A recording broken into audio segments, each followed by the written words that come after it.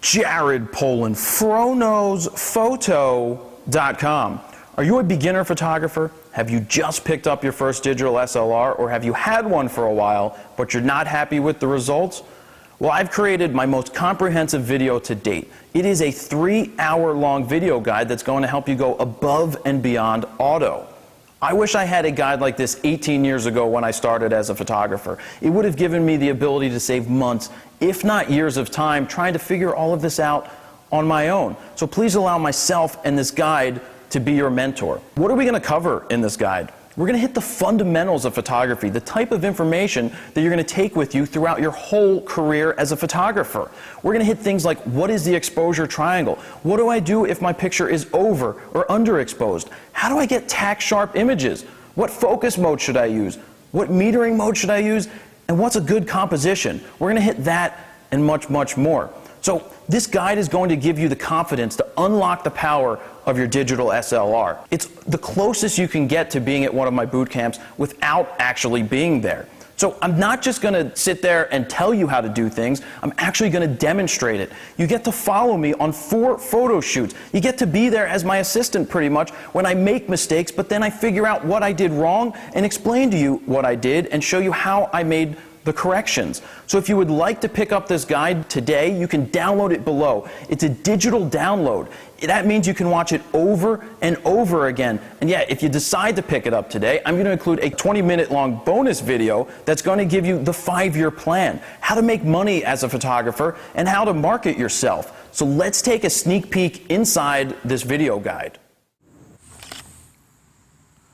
So you just heard me talk about f-stops. You heard me talk about how depth of field works, and now the best way to show you how that really, really works is to do this right here with this frog who I've become well acquainted to. But what does it actually look like when you get a picture at 1.8 versus a picture at 22? What's going on here? Well, what's going on is that your depth of field is changing.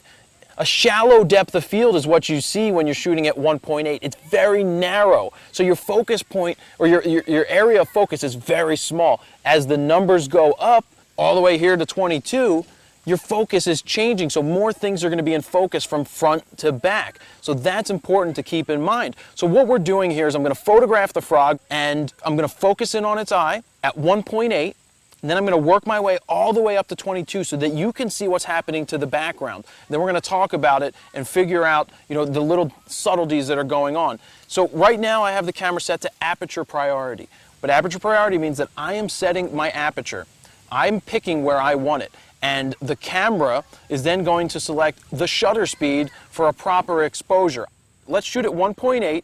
So I'm at 1.8 right now. I'm focused in on the frog's eye. Boom. That's 1.8. Let's take it to f2.8. There, she's a nice smile. Now I'm making sure, I almost did this here. I'm going to shoot it. There I cut her finger off and I saw it. So that's why I didn't shoot it initially. But now I'm recomposing. Boom. I'm making sure that I have her finger in there. And I do. So that is really sharp. You can see in the pictures that the background is nice and blown out. When we talk about blown out, it's compressed. So that's the point of using a piece of glass like this. And I'm probably going to switch to the bigger piece of glass, a 300-2.8, in a few minutes so that we can see how we can really compress the background, step away from the tree, and make a parking lot look really awesome. So we're going to come back to that in a couple seconds. Well, why don't you sit back on it? Which way do you want me to? Just face that way, but just rest your tuchus on it.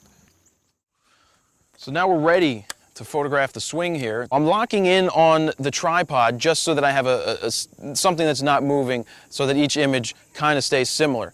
Right now I'm set to shutter priority, and that means that I am setting the shutter speed and the camera is going to do the rest of the work to make sure that it's exposed properly. So I'm going to start at 1/10 of a second. Remember how slow that was? You could hear the sound of how slow that was when we were testing and letting you hear the different shutter speeds. Now let's see what happens when we move the swing and shoot it at 1/10 of a second. So I'm going to try to capture the swing at the very bottom. Boom. And as we look at the swing, you can see that it's kind of hard to see because it's actually blurring. It's blurring because the shutter is moving really slow and there is some motion to the swing. So we have to think, what do we need to do to freeze that swing that is moving? Let's try something a little faster, like 1/60th of a second. I hope you enjoyed that sneak peek inside this video guide, and you can click down below to purchase it. And don't forget, if you pick it up now, I will give you a 20-minute long bonus video that is packed full of amazing information. So thank you guys. Jared Polin, FroKnowsPhoto.com. See ya.